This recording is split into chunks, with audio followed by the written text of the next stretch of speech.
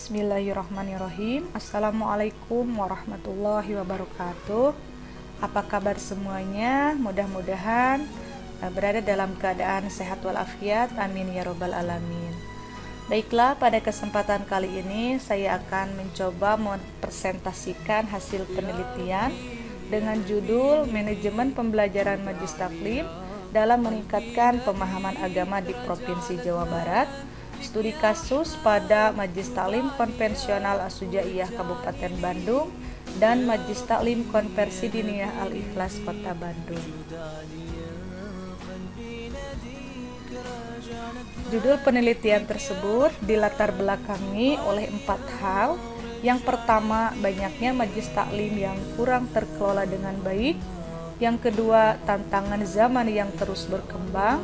Yang ketiga, banyaknya permasalahan yang terjadi di lingkungan masyarakat. Yang keempat, kurangnya peran fungsi majelis taklim di lingkungan masyarakat yang sesuai dengan Permenag RI nomor 29 tahun 2019 pasal 3. Tujuan penelitian ini yaitu untuk memperoleh gambaran tentang manajemen pembelajaran majelis taklim dalam meningkatkan pemahaman agama di Provinsi Jawa Barat yang dilihat dari beberapa aspek, diantaranya kurikulum, program, materi, pelaksanaan, profesionalisme asatidz, metode, pendekatan, model, strategi, media, kepengurusan, manajemen keuangan, hambatan, dan peran majelis taklim di lingkungan masyarakat. Prosedur penelitian dengan menggunakan metode kualitatif dengan teknik observasi, wawancara, dokumentasi, dan triangulasi. Kajian pustaka meliputi 3 hal. Yang pertama, landasan teologis yang terdiri dari Quran As-Sajdah ayat 5, Quran Surat Al-Imran ayat 103, Quran Surat Az-Zumar ayat 62, dan Quran Surat Al-Mujadilah ayat 11. Landasan filosofis menggunakan konstruktivisme. Landasan teori terdiri dari 2 hal. Yang pertama, manajemen pembelajaran. Yang kedua, mengenai manajemen pembelajaran majelis taklim. Hasil penelitian menunjukkan bahwa secara garis besar di Provinsi Jawa Barat terdapat 2 jenis majelis taklim. Yang pertama, majelis taklim konvensional dengan sistem pembelajaran tradisional. Yang kedua, majelis taklim konversi diniyah dengan sistem pembelajaran semi formal. Novelty atau kebaruan dari penelitian yang sudah saya lakukan yaitu menghasilkan beberapa model atau konsep dengan mengarah kepada mutu atau kualitas majelis taklim. Di antaranya yang pertama, model penyusunan kurikulum majelis taklim. Kurikulum majelis taklim terdiri dari 3 hal. Yang pertama, kurikulum Kementerian Agama yang berlandaskan pengembangan kurikulum dan prinsip pengembangan kurikulum. Yang kedua, kebutuhan majelis taklim. Yang ketiga, visi, misi, dan tujuan majelis taklim. Kebutuhan dan visi misi ini disepakati sesuai dengan musyawarah sehingga menetapkan sebuah kurikulum yang terlahir dalam sebuah materi ajar majelis taklim dan program majelis taklim. Yang kedua, model penyusunan program majelis taklim, bahwa di dalam program majelis taklim ini terdiri dari beberapa komponen. Yang pertama ada kegiatan, yang kedua waktu, yang ketiga anggaran, yang keempat capaian, yang kelima evaluasi kegiatan, yang keenam tindak lanjut, dan yang ketujuh outcome. Dalam program majelis taklim secara umum memuat 3 hal. Yang pertama, mengenai pendidikan agama Islam. Yang kedua, mengenai pendidikan kecakapan hidup. Dan yang ketiga, mengenai pemberdayaan perempuan. Ini dikhususkan bagi majelis taklim yang jamaahnya terdiri dari perempuan. Yang ketiga, mengenai model penyusunan materi ajar majelis taklim. Secara umum, bahwa materi tersebut diturunkan dari silabus yang disediakan dari Kemenag RI, kemudian disesuaikan dengan kebutuhan para jamaah beserta program majelis taklim yang ada, sehingga terbentuklah sebuah materi ajar majelis taklim yang sesuai dengan kebutuhannya. Yang keempat, mengenai model pelaksanaan pembelajaran di majelis taklim.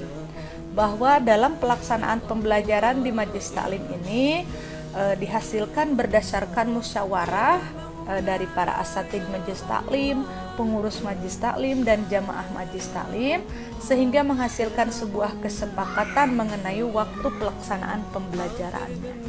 Jika dilihat dari dua jenis Majelis Taklim tadi, maka ada dua jenis. Yang pertama, Majelis Taklim konvensional itu dilaksanakan 1 minggu sekali dengan 1 materi, sedangkan Majelis Taklim semi formal itu dilaksanakan 1 minggu 2 kali pertemuan dan setiap pertemuannya terdiri dari 4 materi.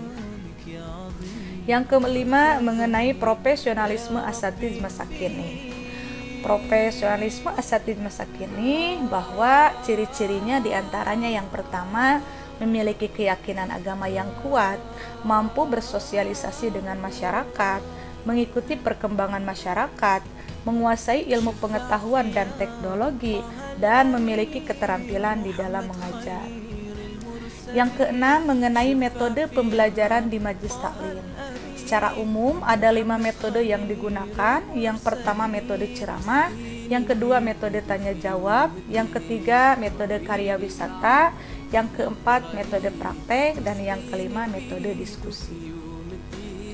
Yang ketujuh yaitu mengenai pendekatan psikologi pembelajaran di Majelis Taklim, bahwa dalam proses pembelajaran di Majelis Taklim menggunakan pendekatan psikologi. Yang pertama adalah pendekatan andragogi. Pendekatan andragogi ini digunakan bagi jamaahnya yang terdiri dari jamaah yang sudah dewasa ya, atau sudah sepuh.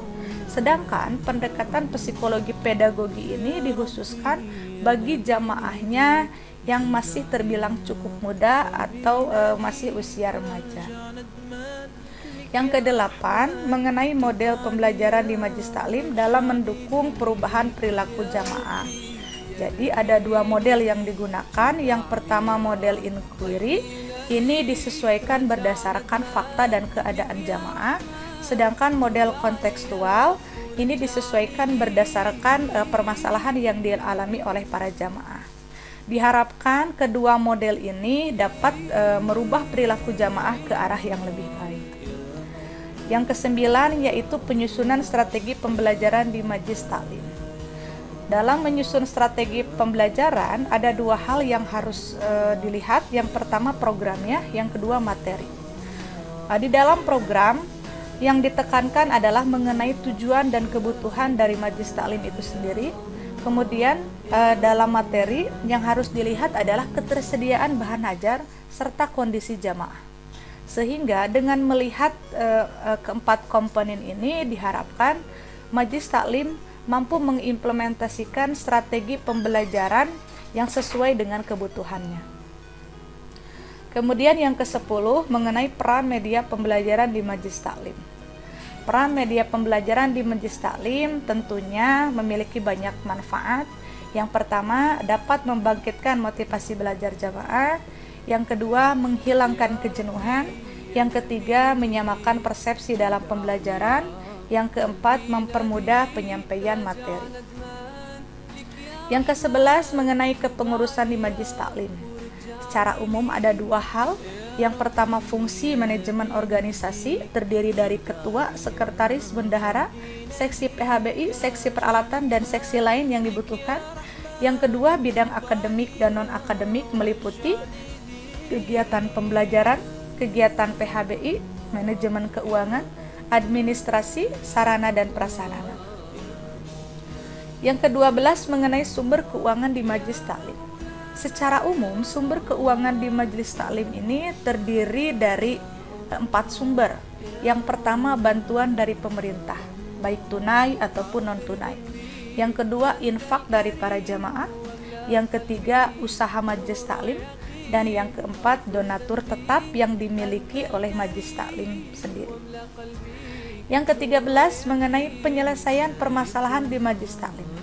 Bahwa yang kita ketahui banyak permasalahan-permasalahan yang dialami di Majelis Taklim baik secara eksternal ataupun internal. Namun yang harus diperhatikan adalah di dalam penyelesaian permasalahan di Majelis Taklim ada 2 belah pihak yang harus dilibatkan. Yang pertama penyuluh, baik itu PNS ataupun non-PNS. Penyuluh ini merupakan bagian dari Kasibimas dan merupakan bagian juga dari Kementerian Agama. Yang kedua, pengurus dan asatidz. Yang diharapkan antara penyuluh dan pengurus para asatidz Majelis Taklim ini mampu berdiskusi, sharing, sehingga menghasilkan sebuah solusi yang tepat sesuai dengan kebutuhannya.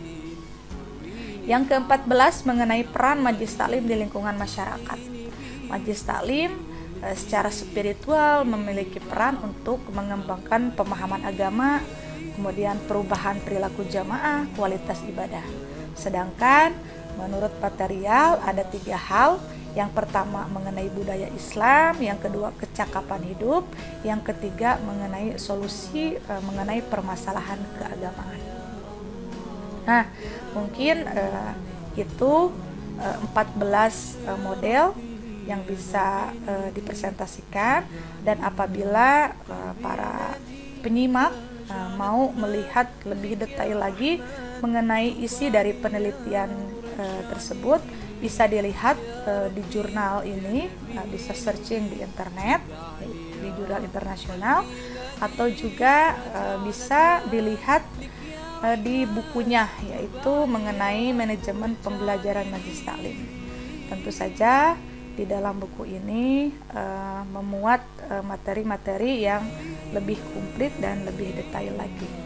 Mungkin itu saja yang bisa dapat saya sampaikan. Kurang lebihnya mohon maaf. Terima kasih. Wabillahi taufiq wal hidayah. Wassalamualaikum warahmatullahi wabarakatuh.